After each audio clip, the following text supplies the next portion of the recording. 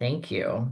Well, good morning, everyone. Thank you so much for joining. I understand there's a lot going on with Wazoo and this community today, and I just appreciate everyone making some time. My name is Wendy Heller, and I am the COO and head of delivery for a recruiting firm here in Seattle called Prime Team Partners. We've been in the Seattle market for just over 20 years. And I have been in recruiting for almost 30 years now. Yeah, so started in my early 20s in Washington, D.C., doing light industrial and administrative staffing. And then I moved on to a large global Fortune 500 company called Robert Half International that has seven different operating divisions.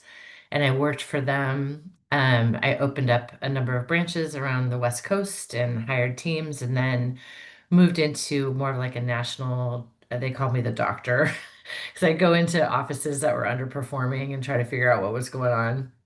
And then I led their national sales and recruiting training teams as their principal trainer and worked in large and small markets all over the US. And then after that, I took a break. I did some consulting on my own on hiring and recruitment strategies, as well as sales and biz dev. And a few years ago, well, not a few years now, about 7 years ago, Prime Team found me, and I was like, I'm never going back into recruiting again. It's a tough business to be in, and just really clicked and gelled with the team. So I've been here for for a while now. It's a very different experience than working for a large organization. We're just a team of 12, and we do very highly targeted, specialized technical searches for the most part. I mostly place software engineers, IT and infrastructure, as well as go-to-market sales and marketing professionals at all levels. But I've placed legal, I've placed, a ton of sales, like industrial accounting, finance. Um, for a while, I was doing creative roles, like graphic design and UI, UX and product designers. So I say all this with just, I have quite a diverse background in when it comes to recruiting and interviewing, and I've worked with hundreds of companies from pre-Series A, four people startups, all the way up through Amazon. They all have different requirements. They all have different interview styles and processes and steps that go along the way. And I'm hoping that, whatever questions come up today, that I can be a good resource for everyone who's out there trying to look for a new gig. So I do have a short presentation, and I was hoping we could kind of talk through the slides, and then if people have questions, I'll pause each time and we can get into whatever questions people have. Sound good? Okay. I'm also not always the best at sharing my screen. There we go. Okay. Can everybody, oops, can everybody see this? Not yet. Not yet. Come on. Is that coming up? Not yet. I'm trying to make sure that you are a co-host, and I see that I think you are. Okay. Let's see. Screen, black screen. Hmm. Well, You got the share button on the bottom. It's like a green arrow yeah, I points hit up. that. Hold on, let me close this down really quickly and see. This is how I feel with Microsoft Teams. I mean, for real. I'm a Teams girly. I don't. Okay. We see your, oh, there it is. Yes, got it. Yes. Okay, we got it. Okay. So, I'm gonna do one quick thing. There we go. There's my high level info. Um, And and we can see your presenter notes too. oh, you If that, can. Okay. yeah. Well, there's nothing secret on there, but I can Okay. close that. Why? Why is it doing that? Ay, ay, ay. Sorry, y'all. Hold on one sec. Okay, let's just do the main. There we go. Okay. Um, so, um, job search 2025. It's like the Wild West out there right now. I'm really curious, like, what are some of the things people are hearing about what it's like to look for a job right now? Competitive and that there's not a lot of options because many people are in the same boat as us where they don't have funding as well. Yeah, it is. I would definitely say it's a very competitive market right now. And it's not just local candidates. What we're seeing is a lot of people using, I think I spoke about this last time, but using AI tools to apply for hundreds of jobs. And so recruiters and talent professionals like myself are getting flooded. Like, I'll just give you an example. So my child works for this record store up the street from us called Easy Street Records. A lot of people have heard of it in Seattle, popular record store. They put a post on Instagram that they were hiring for 5 people for, like they needed a heavy metal expert and somebody who's like a 90s R&B expert and and then they also wanted someone to help with their online media strategy. They had 650 people apply to those 5 jobs in 24 hours. They had a line around the block with people just showing up because the owner didn't know what we were talking about here. And he just said, pop in for 15-minute interviews. So people waited 4 to 6 hours to get a job at Easy Street Records, which granted, it's kind of a niche thing, and a lot of people think that that's pretty cool, but I think for me, it was a really good example of like, they didn't even have to work that hard to get that many local people to show up for that role. So online, I mean, much as I love LinkedIn and LinkedIn kind of for us, it dominates the job category right now, whether you're a candidate applying or a company that's has an opening. They have this wonderful tool called Easy Apply, but it makes it real easy to apply. And so a lot of people hit that button just hoping, somebody, maybe their resume is not right for that job, but it's right for something else. These are not good strategies. This is not very targeted behavior to get the right person to the right seat. And for you as a job seeker, the less is more approach is what I always recommend. Blindly applying is just going to make a huge mess of your inbox. And so being strategic about it, I think is always and being patient and organized is can be helpful. Anything else that people are hearing about the current market? Okay. Um, so a couple of things I wanted to just touch on today is, effective resume prep, crafting a compelling cover letter, which some companies still require, not many. But if you do encounter something where you need to have a cover letter put together, I can give you some high level ideas on that. The bigger one, I think, is preparing for the interview. Because that's really actually like if you get your resume gets passed and you get booked for an interview, that's where you're really going to be able to shine. And then obviously post interview and etiquette follow up. So, when you think about putting together a resume, what are some best practices that people are using right now? Or what like when you're thinking about putting your resume together, what are some of the high level things that you're thinking, okay, I need to make sure I include this?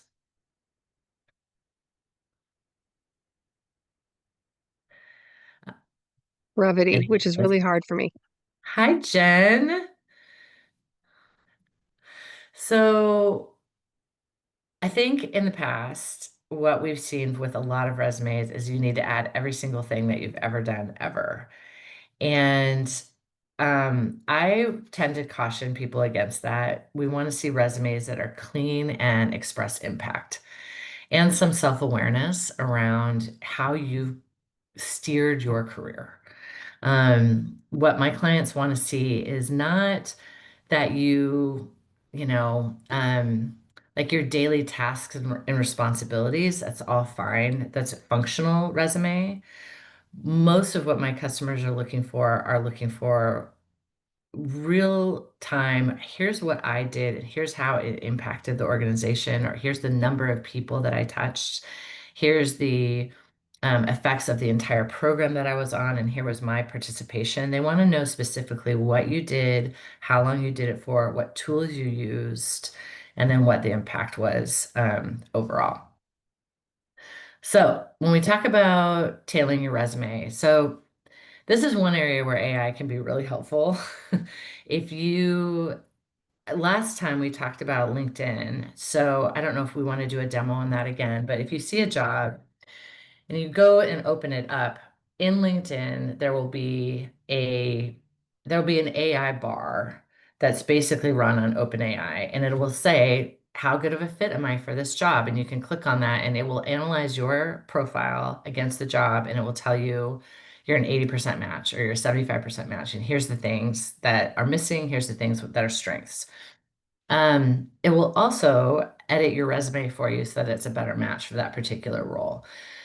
Still requires a human's eyes on your resume because AI is not perfect, but it can be helpful in making sure that you're communicating and connecting the dots. Um, when we talk about customizing your resume content, I there's a lot of advice out there that's like you should customize for every job you apply to. I don't subscribe to that. I do think if you're looking to pivot careers, you're probably going to have to do a little bit more work on that side.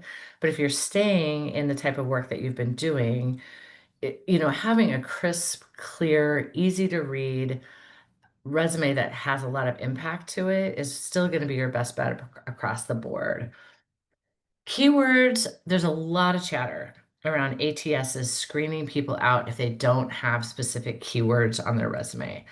I don't think that's true at all. We use an ATS here called Target Recruit. It's part of Salesforce. And resume, if you apply to a job at Prime Team, someone on my team, a human being, reviews every single candidate that comes through.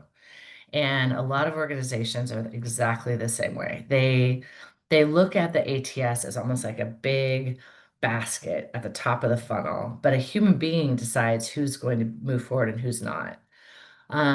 There's a lot of people out there who will argue with me that that is not true, but I don't know anybody in my business that is screening people out because they didn't have the right keywords on their resume. It just doesn't make a ton of sense. It also introduces the opportunity for some real implicit bias to creep in if you're just looking for specific things versus what someone has actually done. So don't get too freaked out about that is my thing there. But tailoring your resume to show a recruiter, back to kind of what we were talking about, I always recommend that you add numbers, percentages, and dollar signs as much as you can to any resume. Like, what was the actual tactical impact that you had in your role? Um, this is pretty obvious, but you'd be amazed at how many resumes I get that are basically a paragraph of daily tasks. And it's not, that's fine. I think early career folks, that's fine because it may be literally what you've done. But if you have more data to add, like if you've led a team, what we were talking about earlier, I impacted 3,000 families or individuals on a yearly basis. And, collectively we saw I don't actually know that much about what you guys do, but if there's something that you're tracking that shows success, your key performance indicators or KPIs, we call them, that information should definitely be on your resume. So that's the quantifiable results piece. And then I always like to remind people that a resume should be something that also shows your personal self-awareness about how you're directing your career. So if you can demonstrate, if you can express incremental growth, if you started here, you ended somewhere else, commitment to the type of work that you're doing. You know, you have 15 plus years in this particular space, what you're passionate about there, and then just some real awareness about why you took certain jobs or why you made certain moves. That if you can communicate any of that, that can be very, very helpful um, from a recruiter or a hiring manager standpoint. Do we have any questions at this point? Okay. Um, Obviously, consistent formatting, appropriate fonts, and clear headings. Please don't do photos. Don't put any personal information other than your phone and email, and maybe your LinkedIn profile. Nobody needs to know your address. Nobody needs to know your birthday.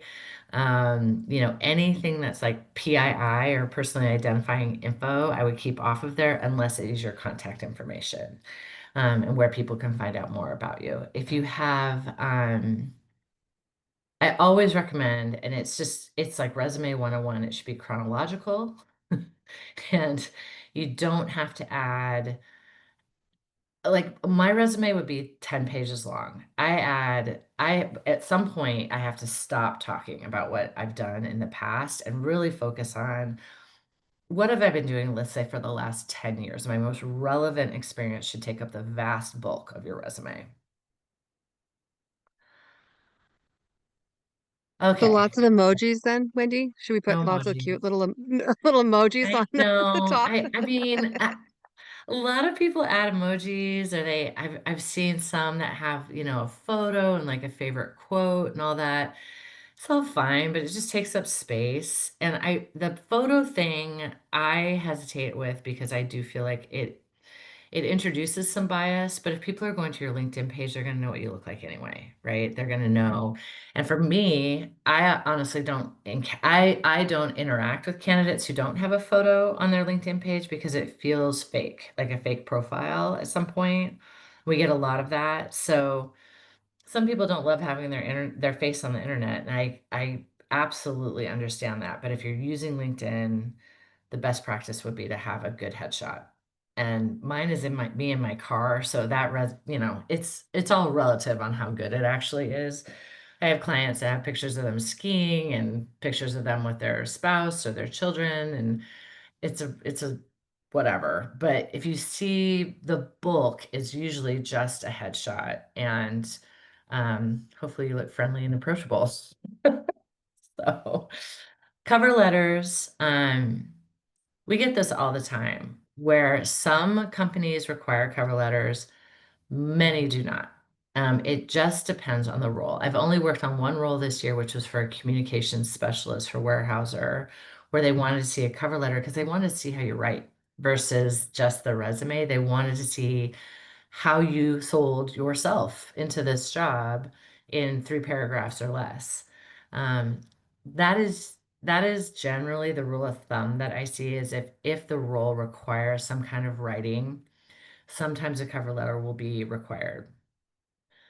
I do, just my personal opinion, feel that cover letters are a little bit of an outdated practice. Probably why we don't see it very often, but if you encounter it, um, obviously you want to whom it may concern is not a great header.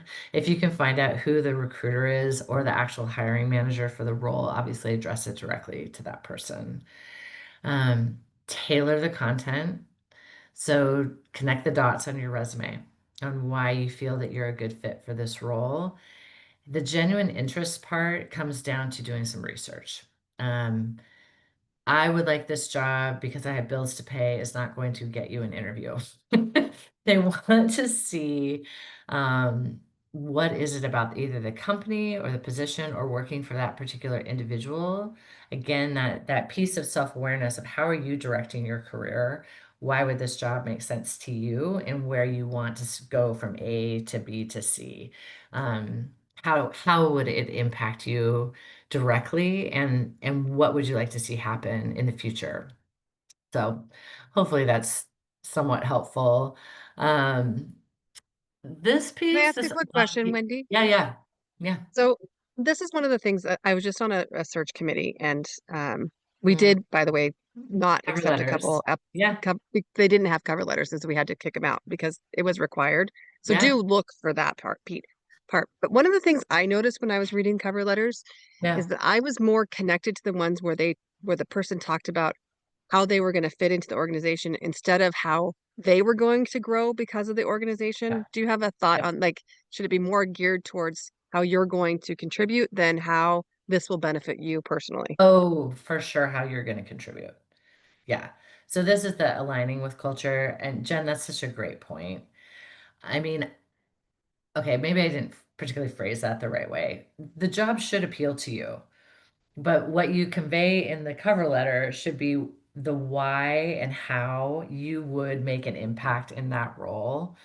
I think maybe knowing down deep that impact is driven through you, right? And how that will benefit you. You don't have to necessarily say that though. Well, So, and that's what I wonder is, are they looking for mhm. you to say, I want to grow personally, or are they looking, I guess Sometimes. maybe if you did both, I guess is probably the Yeah, better. if Yeah. I think if you said so, let's just for an example, let's say I'm applying to a sales role. Like these are the things that I've done. This is how I know I can contribute to this role based on my past experience. In the future, here are some things that here's how I'm guiding my own career and why I'm interested in this role, right? So this is why I think I'm a good fit for this job, but it's how it would be beneficial to both sides of the house, me and the company. Does that help? Okay. Aligning with culture and compelling candidacy around combining this is going to take some research. So I always recommend people do research on the company and actually research on the individual hiring manager if you can for a cover letter as well. If I can speak to Jen and say, I see that you personally came up through Deloitte Consulting and then you moved to DocuSign. I have a similar track record. Comparing that like to like and in professional connections is always helpful. I do find that companies, at least where I'm coming from, people love knowing people who speak their language. Or so wherever you can connect the dots on commonality will be helpful. Um, okay. I mean the obvious, right? Like check it for typos. These are nice things that the magic of the Microsoft Office or whatever will actually do for you, but you would be shocked. I am shocked every week when people send me a resume that does not match their LinkedIn profile, or the resume has dates that don't make sense. The LinkedIn profile maybe has dates that don't make sense, or there's like incomplete sentences or there's spelling errors. I mean, these things will get you kicked out so fast because of attention to detail. Like it just is something where if for me, I get a little numbed out looking at the same document. It's really helpful to have a friend or somebody that you trust proofread it for you and just make sure you didn't miss something. I was an English lit major, so sometimes I read them backwards, which I know that sounds really weird, but it's an editing trick to make sure all the sentences are complete versus on their own versus how they flow down through a cover letter. It's just an editing or proofreading tip if anybody wants to use that. Um, Avoiding generic phrases, this is what I hear from my clients all the time. If I see one more resume that says strategic, high impact thinker with, what does that even mean? Like, what strategy did you build? What impact did you have? That's what people want to see, not the overarching phrases of how you would describe yourself maybe in a 2-second elevator pitch. Okay. Um, this is my favorite part. If you can get, does anyone have any interviews coming up? Anything booked? Okay. Um, the first round interview often is with a recruiter or it's with somebody who's doing a quick screen. So there's a couple of different ways that I'm seeing interviews being structured right now. So we talked a little bit last time about the AI bot interview. There are a number of tools that are out on the market right now, Higher View is one, Humanly is another one, that organizations will employ those tools to do a one-way video interview often. If that's not the case and you're getting on the phone or you're getting on a video chat with a recruiter, I think that will feel a lot more natural. But some organizations are having, just so you know, are having, that first screen be within an AI portal. And it's different. It's definitely not I think what most of us are used to when it comes to an engaging first conversation. We'll see how well it goes in the industry in general. Um, I always recommend that you do a ton of research, and the magic of the internet can tell you a lot of great things. Understand the company's mission and values. Most organizations have these posted on their websites. If you go to the Our Company tabs, you'll see their history. You'll understand a little bit more about what they're trying to build. A lot of my customers have their core values or core tenets just very clearly posted. Like, these are the types of people we hire. This is the culture we want to embody. If you look on like Bloomberg.com or just search recent news on any organizations, it will pop up. But a lot of companies also have like a PR page where their corporate announcements have gone out of updates that are happening within the organization on a daily basis. And then obviously you want to know what the role requirements are and be able to speak to those. One of my favorite tools, and I talked about this last time, to use for AI prep or for, excuse me, for interview prep is a organization called Udly AI. They have developed something that I think is pretty indispensable at this point for people practicing for interviews. When you go to Udly, you can create a um, profile. You can upload the job description and and your resume, and you can do as many mock interviews as you want with their tool. And it will give you, based on the job, it will give you example interview questions, and you will practice your speech in response to those. It then prints out here's what we think you did really well. Here's what needs work. So if it's too many filler words, if you're not being specific enough, it'll also give you, it's really humbling. It'll give you this like breakdown of how long you talked for.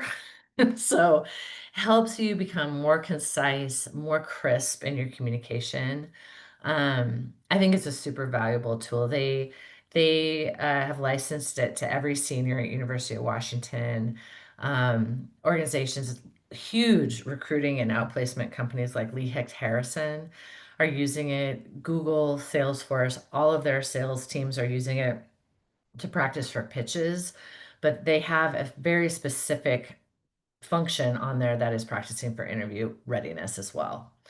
So yeah, recommend everybody use that. It will definitely help you to prep. Um, Preparing the common questions. So I feel like at the very beginning, almost every interview starts with, tell me about yourself. Tell me about your career history. Um, Ideally, you can keep that to a snapshot of 1 to 2 minutes maximum. Where I see a lot of candidates fall down is they go into like a 15-minute deep dive explanation of everything that they've done in their career. And the feedback that I get is too long-winded. So we want to try to avoid that for the most part. What I usually recommend is that when you're talking about your career, you have a snapshot. And then at the end of that, I would ask, are there any points in my career that you'd like me to go into more detail? I'm happy to do that. Invite the conversation to have some back and forth is always a really good practice. Um, the STAR method is something that's widely used, and it's a situation, task, action, and then result. So this is what we're talking about when I say high impact. Some behavioral questions will be like, tell me about a time when. And for us in startup land, it's tell me about a time when you worked in a highly ambiguous environment. How were you able to ship product? If we're talking about a software engineer, and how did you navigate with your customer feedback?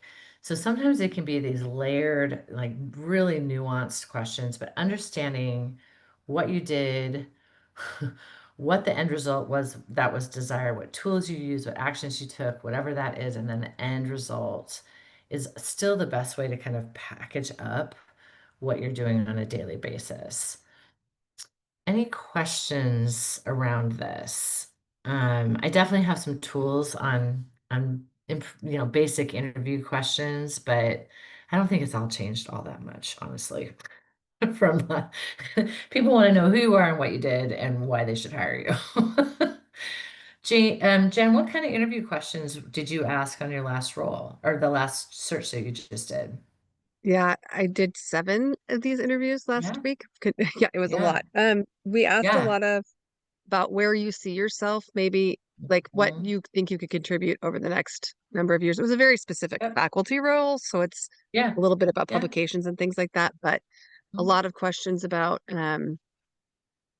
share examples of a time that you were able to manage a project with multiple stakeholders and across different sectors, and how did you manage that, and how do you manage and organize your time so that you can, stay on task and have accountability for the projects that you're working on and Mhm. things like that.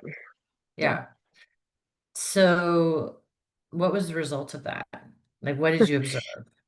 What I observed was that people were way too long-winded or they weren't prepared. Now, we gave that's not true of everyone. We came out with some clear, good people to move forward, but Yep, yep. um we gave people the questions 24 hours in advance, Oh, and so they had oh, time to be prepared. And the ones that were not prepared, we just thought, well, never mind, because if you're not, if you were given that advantage and you didn't take advantage of it, then probably this isn't the role for you. yeah, yeah. And I really appreciated it. Even if I noticed that someone was looking at their notes, that didn't bother me as long as they weren't reading from a page. And there was a couple candidates that very clearly referred to, you could tell they had them right there, like, so they hit the points. But it was really, that felt authentic and really likable. Um, Yeah. the research I thought was great. People that did research and knew something about the organization, especially the out-of-state candidates, that was Oh, great. That was really helpful. There was a yeah. couple that it was too, they relied on that a little too much and were aware of who was on the committee and started looking up their research, and like a little bit of too schmoozy. Like Yeah. there was, that's that balance between Yeah. demonstrating that you know what you're talking about and like just throwing out Mhm. names, because then anyone can look at a website, so they know that. Yeah, Yeah. Yeah. That's okay. Great. yeah. It's great to hear this because this is the type of feedback I get all the time. We had a candidate go through a panel interview last week with a client of mine, and it's 5 steps. So one's a behavioral culture fit, one's a system design, one's a core coding and software engineering, blah, blah, blah, blah, blah. We give our candidates just the high level. Here's the 5 people you're interviewing with, and here's the topic. But we don't know the interview questions. And even if we did, we wouldn't give them to people. Having the interview questions ahead of time is, I mean, that's such a perk. So, But it made it easier for us, honestly, because yeah. it was like if that someone didn't take that and Hmm. use that to form some concise answers, then it was like, what are you Yeah. doing? Yeah. Yeah. I think Yes. one thing too is if you can use different examples in different, like there was a couple candidates that used the same examples for all the answers. It was like, no, that you need to, you need to Yeah. vary it up a little bit. Yeah. Yeah. Completely agree. Um, you don't want to, you don't want them to walk away saying they only did one project, right? It's really not great practice. So very helpful. Thank you. Um, so here we are in the world of video interviews now, right? Happens a lot. I still have a number of clients that they'll do a first round on video, they'll do often a panel on interview or on video, and then sometimes for the final, not always, but sometimes for the final, they'll want to do an in-person.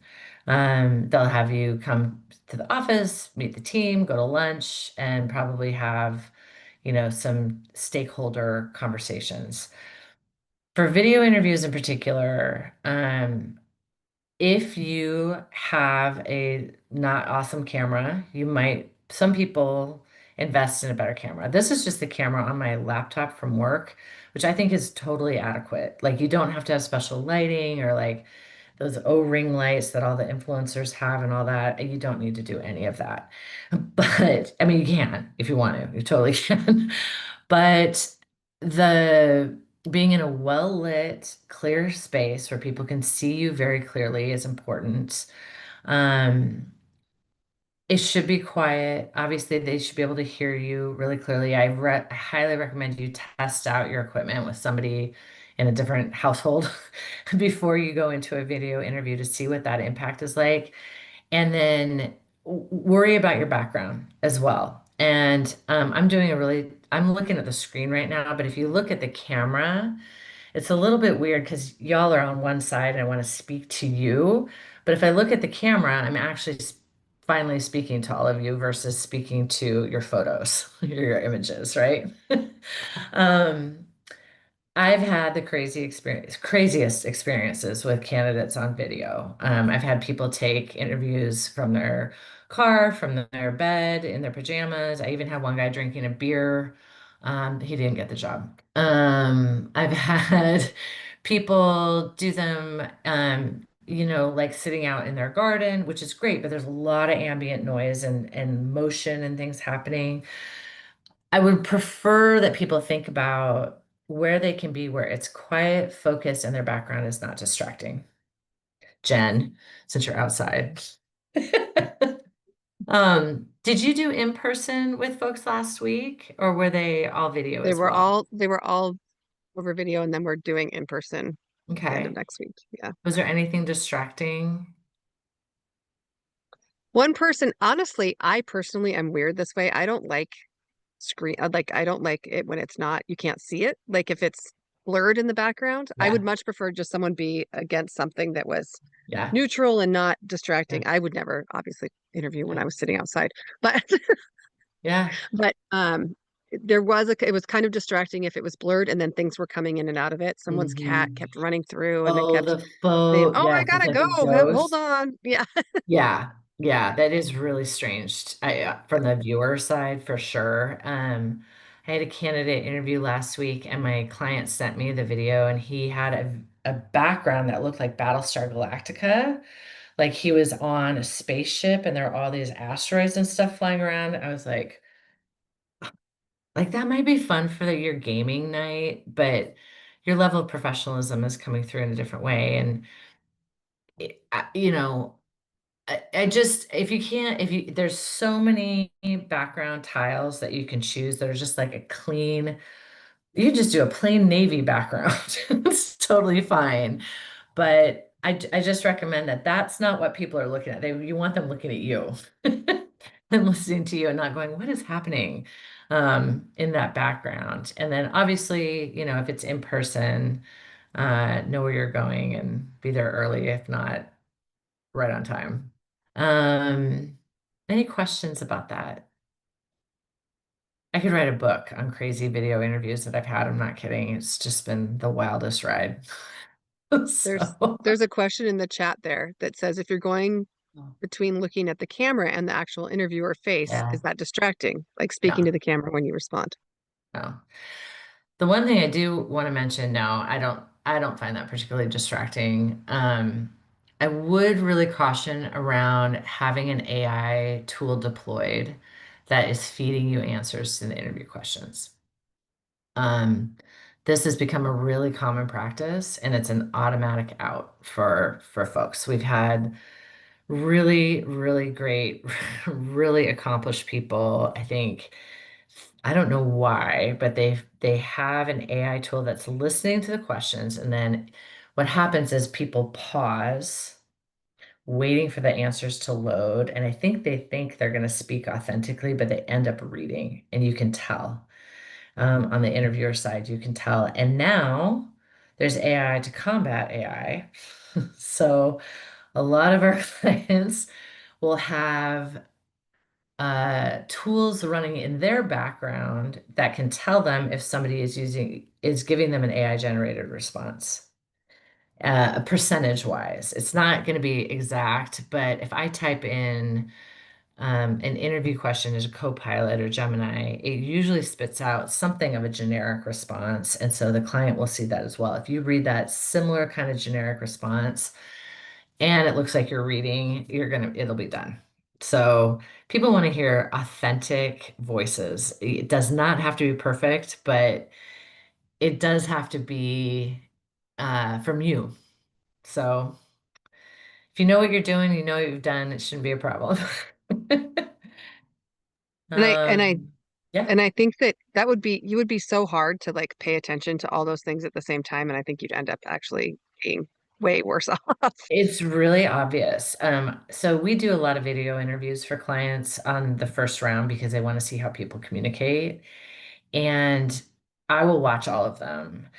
And what will happen is somebody's talking to one of my recruiters and they'll be like, tell me about, how you built this system. And then they go like this and they start talking because they're looking at a different screen. Or their eyes are doing this during the whole time and they're talking, but it's so, so, so obvious. Or they look down as they're answering and they're not, the flow of the conversation shifts. We're sensitive creatures. You can tell when somebody is is uh is maybe not taking a moment to pause and think about it, but rather wait for something to load up. It's I wish I had an example to show you, but I had one last week where I said to the recruiter, I was like, did you not notice that he broke eye contact every single question you asked and looked off to the side for the entirety of his answering? Like, we can't put this in front of a client. They will know. So there's that. Post-interview etiquette and follow-up. You'd be shocked at how few people send a thank you note. It's a really simple thing, and frankly, our clients love it. And it also gives you an example, it gives them an example of your writing skills, especially if a cover letter was not included. It also gives you a chance to talk through again what you think you would bring to the company, what impact you think you could have in this particular role, what you liked about hearing about. Um, you know, Expressing an interest and enthusiasm is never a bad thing. I think a lot of people get hung up on that. Well, I don't want them, I don't want to come off as like being too pushy. I mean, there is no such thing when it comes to this. So send them timely, make them personalized. Being a biz dev, I send a lot of emails and notes to clients thanking them for their time. If they have a vacation coming up, or if you heard something during the interview that particularly caught your eye about them personally, that is always a good thing just to note. It shows that you're listening and paying attention, and also adds just a lot of personalization and connection to the final conversation that you might have with somebody. Jen, did you get any thank you notes from the candidates? Did they all, or did like two people? Well, they only go to our search chair usually, but someone took the time to look me up and get sent one to me specifically, which was and I'd already like voted for her to move forward, Yeah, but she was yeah. like she picked up on the fact that our program is ending and that she Mhm. understood, even though she was from another state, she did understand that impact and like Mm, addressed it and said, I can tell how much you care about this, and I mhm, really appreciated you sharing that perspective and being vulnerable in that way. And mhm, this is how I would want to carry that torch forward if I was mhm. put in this position, and which I really, really appreciated. Oh, for sure. Yeah. Yeah, I mean, it really set her apart, Yeah, it did. right? It was a little Yeah. long, I'll be honest. That was one thing. I The was like, email was too maybe long, the not. thank you Yeah, it was note. like 6 paragraphs. Maybe that's Nope. Nope. I mean, three at max. It should be digestible. I always tell people, whatever you put forward, somebody should be able to read it on their phone. If it's too long and they're having to scroll on their phone to get through the message, it's too long. It's way too long. So, am I missing any questions? I see that there's several in the chat. Nothing new. Okay. Um, I always love to just take a little debrief time when you get off of an interview almost immediately after and just think through what felt good and what you know needs refinement. Um, I definitely, if you had moments where you felt like you really connected with the team or they're your answers, people are sitting there nodding, or you're getting smiles, or people are saying, oh, yeah, yeah, you can tell when an interviewer is engaged in what you're saying. Some companies are trained to be very poker face, and they're not supposed to give you any verbal cues. I think that's almost impossible, but but there may be some where you're like, wow, this I'm just not connecting. But I guess don't take that too seriously. Reflect on how you felt during the conversation is probably honestly the best litmus test. Um, and then, if you notice that you felt like you were a little clunky in just answering a specific question, that's where a tool like Udly can help, where you can plug it in and just kind of keep practicing your pitch on specific interview questions where you tend to get snagged up. Um, oh yeah, this is the best place, right? When you get multiple offers, you got good problems to deal with. Can I go back one? That's an awesome, I want to get to this, but really quick question. Yeah. When it comes to what were we just my brain is completely never mind. It was a question that I thought was a good Interview question. performance, using Yeah. Udly to Oh, work on, I yeah. feel like one of the questions that we asked, and I think almost every time, it's like, tell us about yourself and why this position appeals to you. And I think like that's one that you can almost always be prepared for and have an elevator speech sort of Yeah. in place of how to Yeah.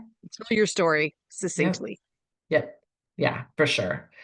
It's almost always the number one question for especially for a recruiter screen, and then you'll probably get it again with the hiring manager. You'll get asked that question, I mean, honestly, over and over and over again. I don't know why, but I think people want to listen for consistency, and then also they just want to hear it from you directly, that seems to be kind of what it comes down to. Um, okay.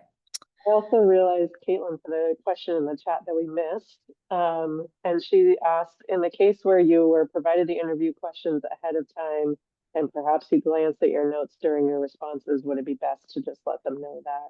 Something like, I apologize for Oh, if you missing. no, yeah. I mean, I think if you're giving the interview questions ahead of time, the expectation would be that you probably have notes. And yeah, I think it's totally fine to say thank you for providing these. I do have some notes, so I just, here's what I'm working off of. It's totally fine. Yep. I think people would rather know that than think that you're utilizing an AI tool that's feeding you answers. But yeah, I totally, yeah. I would not think that anybody that, at least clients that I'm working with, that would be a flag at all. Yeah. Um, you know, this is the fun part of the job is when you get an offer and if it's what you want and if it's structured how you want.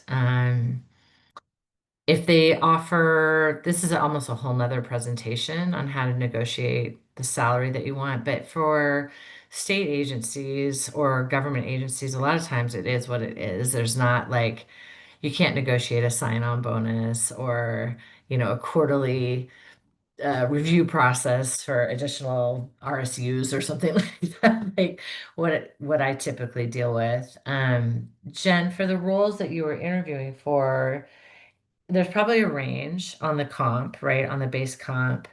Are there any other benefits that people can negotiate for? I'm not the hiring manager for this one. I'm Mm, just on the committee, but there will be because it's like a 9 month position, and then there's the mhm, possibility of making it a 12-month position or publishing during I don't it's faculty, which is why I would never apply for the position, but mhm, it was there's a few of those things, and then also the location, and then mhm. there was a move, like if someone wants a move package to go with it, I think that was Yeah, a possibility. yeah, yeah. Okay, that's great. If you get to this point, just know in Washington State, it's illegal to publish a job without the comp band. And that's true in multiple states, not all. But if you see, let's just say this job pays 85,000 to 110,000, what they're really targeting is that midpoint. To get to the highest part of that comp band, which everyone wants, you will have to demonstrate real mastery of the role. And some clients, on my side, I feel like some clients are reluctant to hire people at the very high end because then they don't have any way to build in incremental raises or bonuses of any kind. And they're like, well, they're already there, so maybe they should be at the next level at a junior leveling, but one roll up. Um, Most of my clients tell me, the mid-range is where they want to target. If it's going to be higher than that, they have to be pretty exceptional. But I find, personally, I find a lot of people obviously want to make what they have been making, if not more. And so that should be your baseline as well. That everybody has bills to pay and things that they need to cover and lifestyles to maintain. So, um, I would make sure I would not talk about comp at early stages at all, but I would be very aware if the comp band is not published, I would want to know that on the front end to make sure that it's a good use of everybody's time. Um, yeah, so Did you see Micah's question? There was a question in the chat. no, What about no, negotiating for more time off or yeah, specific hours or hybrid, etc.? Leave yeah. that for during the offers. She's asking Offer when to. stage, yeah.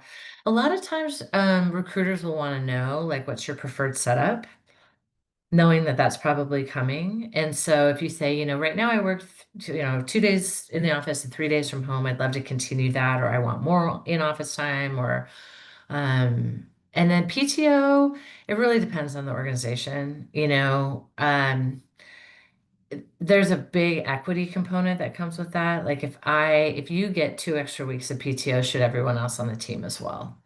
And so those types of things often are not as flexible as you would hope they would be. Um, Flexibility around in office or remote is more feasible. Our company does, you get extra time for the amount of years you've been on the team. It's not something that each person has a customized plan, depending on what they want. And you see all these things with like unlimited PTO. There's a lot of conflict around whether that's a good or a bad thing. That some companies feel like people really take advantage of it, and others feel like nobody takes advantage of it and nobody takes their time off. Um, if I had unlimited PTO, I would barely go to work, so that's probably not a great plan for me. But if we had, I say that all comes with a lot of trust from the employer. Like the companies that offer that often say, as long as your work is getting covered, I don't care where you work from or how you do it and how much time you take off. But if your time off is impacting the team or the company as a whole, we probably need to talk about it. But they expect people to be adults and to manage their responsibilities on their own. So, um, any questions? Anything that I can do? If anyone wants to share a resume that they're working on, I'm happy to give some feedback. If you have something available, anything like that. Anybody navigating this for the first time in a long time? Yeah, I have a Indeed. quick, yes, I have a quick question. I'm one of those Yeah. people. And actually this kind of relates to that. My name's Polly, by the way. Hi. I have been here with SnapEd for 15 plus years. And Mhm. so I got the job right out of college. So I Mhm. haven't done really anything else as an adult. Yeah. And so my one thought, and I don't have anything lined up right now or anything, but my Yeah. thought, thinking about future interview questions is I'm a little worried because although I've done a ton of different things within SnapEd, it's all also kind of the same thing over and over again. Mhm. There is some variance, obviously different audiences and different things like that. But at the same time, it's been kind of the same for 15 years. So Yeah. how to, not to do what you mentioned earlier is kind of repeat the same response over and over again to different questions if Mhm. it's just a little bit nuanced, Yeah, yeah. yeah. Well, for your resume, first of all, I would do a functional resume that breaks down the different responsibilities that you had versus a chronological resume. Unless you were promoted multiple times and there's a chronological, clear, here's what the stair step was for me over the last 15 years. If it's largely been the same role, I would probably do a professional statement that's at 15 years in this particular field. Sorry, I've got another call starting here. In this particular job, and then I would break it down by job function. So in that 15 years, I served 3,000 families, whatever that looks like. And then underneath that, I would probably do highlights, anything that was maybe 4 to 5 bullets on highlights during that 15 years of real impact moments or projects that you were responsible for. And when you're thinking through those, those highlights can probably guide you to the interview questions that you might be asked. But I don't really know. I mean, if you want to send me a copy of your resume, I can take a look at it and definitely give you sort of my unedited, unfiltered thoughts on what it might need. Does that help? Yeah, I think so. I think, and that's a little bit how I have it laid out right now. I did move from like civil service to more of a coordinator role, so I do Yeah. have that reflected.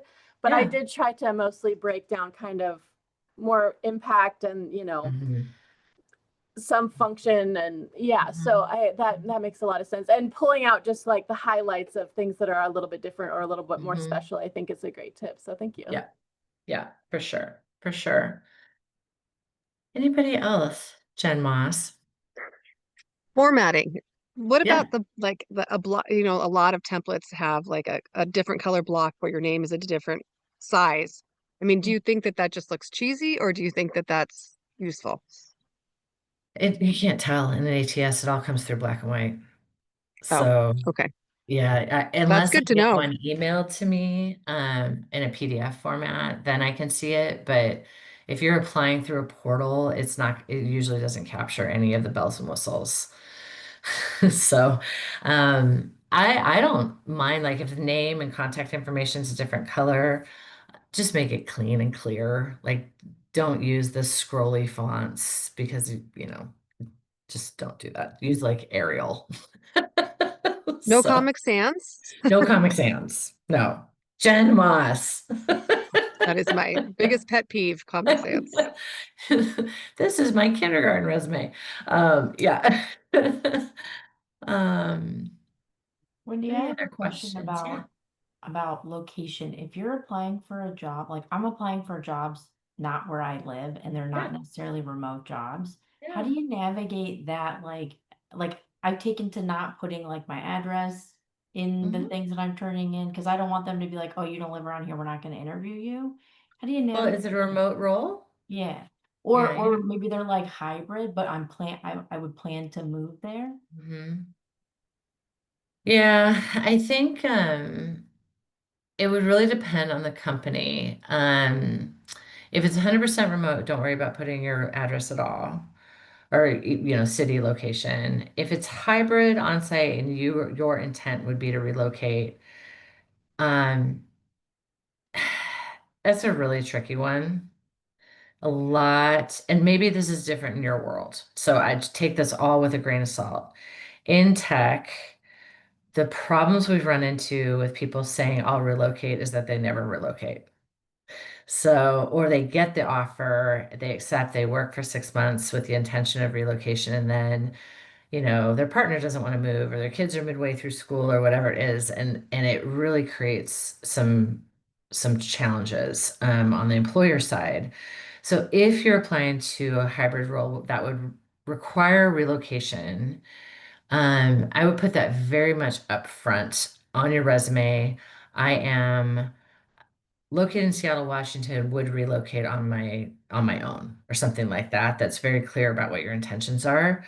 And during the interview process, they may ask you about that. And so you also might want to think about what would be your reason to move to that new location. The people I see that get through on that is they have family in that city. They grew up there. They're, moving home or whatever it is. They want to be like, let's say they want to move to Austin, Texas. They want to be in more of a tech hub that is outside of Seattle, New York, and San Francisco. Like, there just has to be some reason other than the job, because otherwise, I think it is a little bit of a not a red flag, but it's a yellow flag of whether you'll really do the relo or not.